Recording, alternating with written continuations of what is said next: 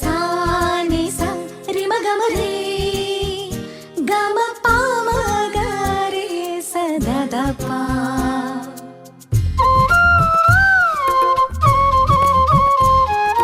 புல்வெளி பெய்யும் சாரலை போல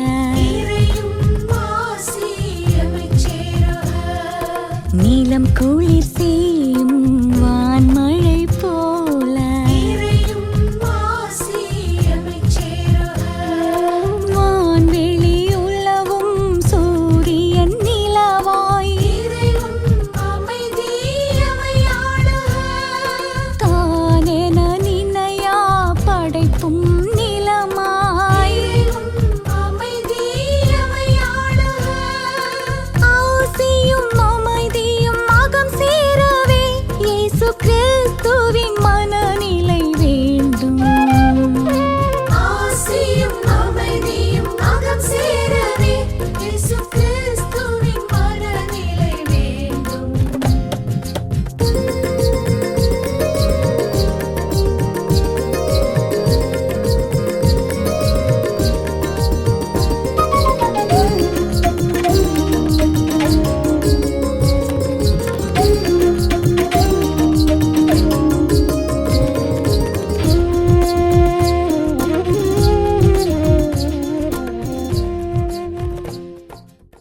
தந்தை மகன் தூயாவியாரின் பெயராலே ஆமென். ஆண்டவர் இயேசு கிறிஸ்துவுக்குள் வாழ்கின்ற அருமையான என் சகோதர சகோதரிகளே, கடந்த 40 நாட்களாக தவ காலத்தை கொண்டாடி சிந்தித்து தியானித்து ஜெபித்து நாம் இன்று ஆண்டவர் இயேசுடைய உயிர்ப்பின் பெருவிழாவை கொண்டாட வந்திருக்கின்றோம். அனைவரையும் வாழ்த்தி வரவேற்கின்றேன்.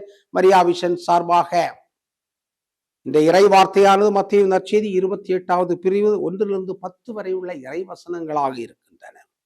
ஓய்வு நாளுக்கு பின் வாரத்தின் முதல் நாள் விடியற் காலையில் மகதலா மரியாவும் வேறொரு மரியாவும் கல்லறையை பார்க்க சென்றார்கள். திடீரென ஒரு பெரிய நிலநடுக்கம் ஏற்பட்டது. ஆண்டவரின் தூதர் விண்ணகத்திலிருந்து இறங்கி வந்து கல்லறையை மூடியிருந்த கல்லை புரட்டி அதன் மேல் உட்கார்ந்தார். அவருடைய தோற்றம் மின்னல் போன்றும் அவருடைய ஆடை உறைபனி வெண்மை போன்றும் இருந்தது. அவரை கண்ட அச்சத்தால் காவல் வீரர் நடுக்கமுற்று செத்தவர் போலாயினர். அப்பொழுது வானக தூதர் அப்பெண்களை பார்த்து, நீங்கள் அஞ்சாதீர்கள், சிலுவையில் அறையப்பட்ட இயேசுவை தேடுங்கள் என எனக்கு தெரியும். அவர் இங்கே இல்லை. அவர் கூறியபடியே உயிருடன் எழுப்பப்பட்டார். அவரை வைத்த இடத்தை வந்து பாருங்கள். நீங்கள் விரைந்து சென்று இறந்த அவருடைய உயிருடன் எழுப்பப்பட்டார் என சீடருக்கு சொல்லுங்கள். உங்களுக்கு முன்பாக அவர் கலிலேயாவுக்கு போய் கொண்டிருக்கிறார். அங்கே நீங்கள் அவரை காண்பீர்கள். இப்பொழுது நான் உங்களுக்கு சொல்லிவிட்டேன் என்றார். அவர்களும் கல்லறையை விட்டு விரைவாக புறப்பட்டு சென்றார்கள். அவர்கள் அச்சமுற்றாலும் அதே வேளையில் பெரும் மகிழ்ச்சி உள்ளவர்களாய் அவருடைய சீடருக்கு அறிவிக்க ஓடினார்கள். திடீரென்று இயேசு அவர்களை எதிர்கொண்டு வந்து வாழ்த்தினார். அவர்கள் அவரை அணுகி அவர் காலடிகளை பற்றி கொண்டு பணிந்து நின்றார்கள். அப்பொழுது இயேசு அவர்களிடம், அஞ்சாதீர்கள், என் சகோதரியிடம் சென்று அவர்களை கலிலேயாவுக்கு போகுமாறு சொல்லுங்கள். அங்கே அவர்கள் என்னை காண்பார்கள் என்றார். கிறிஸ்து வழங்கும் நற்செய்தி. கிறிஸ்துவை உமக்கு புகழ். ஆண்டவர் இயேசு கிறிஸ்துவுக்குள் வாழ்கின்ற அருமையான என் சகோதர சகோதரிகளை, கடந்த நாட்களில் 40 நாட்களாக இயேசுனுடைய வாழ்வு, அவருடைய சித்தாந்தங்கள், அவருடைய கொள்கைகள், அவருடைய லட்சியங்கள், அவருடைய குறிக்கோள்கள், அதற்காக அவர் கற்பித்த பாடங்கள், எப்படிப்பட்ட வாழ்வை வாழ்ந்திருக்கிறேன் என்று சொல்லியிருக்கிறார், எப்படிப்பட்ட சாவை சந்திக்க போகிறேன் என்று சொல்லியிருக்கிறார், எப்படிப்பட்ட முடிவை நாம் எதிர்பார்த்திருக்க வேண்டும் என்று சொல்லியிருக்கிறார். அதைத்தான் இன்று நாம் பார்க்கின்றோம். எப்படிப்பட்ட போதனைகள், எப்படிப்பட்ட வாழ்வு, எப்படிப்பட்ட சங்கடங்கள், எப்படிப்பட்ட வேதனைகள், எப்படிப்பட்ட சிலுவைகள், எப்படிப்பட்ட மரணம், எப்படிப்பட்ட ஒரு விடிதல். எனவே சிலுவையில் அறையப்பட்டவரை சிலுவையில் தேட வேண்டாம். கல்லறையில் அடக்கம் செய்யப்பட்டவரை கல்லறையில் தேட வேண்டாம். உயிர் தாண்டவர் இயேசு கிறிஸ்துவை உடன் பிறப்புகளில் தேடுங்கள். உயிர் தாண்டவர் இயேசு கிறிஸ்துவை தேடுங்கள் என்பது இன்றைய நாளினுடைய மைய சிந்தனையாக இருக்கிறது. உயிர் தாண்டவர் இயேசு கிறிஸ்துவை தேடுங்கள். பாலஸ்தீனத்துல பல்லாயிரக்கணக்கான மக்கள் கொல்லப்பட்டார்கள். ஆனால் அதனுடைய மத்தியிலும் சிலர் சென்று தங்களுடைய உயிரை பணயம் வைத்து உதவி செய்தார்கள். உணவு கொடுத்தார்கள், மருந்து கொடுத்தார்கள், உடை கொடுத்தார்கள், அவர்களுக்கு தங்குவதற்கான ஏற்பாடுகளை செய்து கொடுத்தார்கள், பாதுகாப்பு உணர்வை கொடுத்தார்கள். உயிர்த்த ஆண்டவர் இயேசு கிறிஸ்து இந்த சிரியாவிலே பயங்கரமான போர் நடந்து கொண்டிருக்கிறது. பிள்ளைகள் கொல்லப்பட்டார்கள், பள்ளிக்கூட பிள்ளைகள் கொல்லப்பட்டார்கள். உலகத்தினுடைய பல பகுதிகளிலிருந்தும் கண்டன குரல் ஒலித்தன. உயிர்த்த ஆண்டவர் இயேசு கிறிஸ்துவின் குரல்கள். ஊடகங்களிலெல்லாம் கண்டன குரல்கள் வந்தன. உயிர்த்த ஆண்டவர் இயேசு கிறிஸ்துவனுடைய குரல்கள்.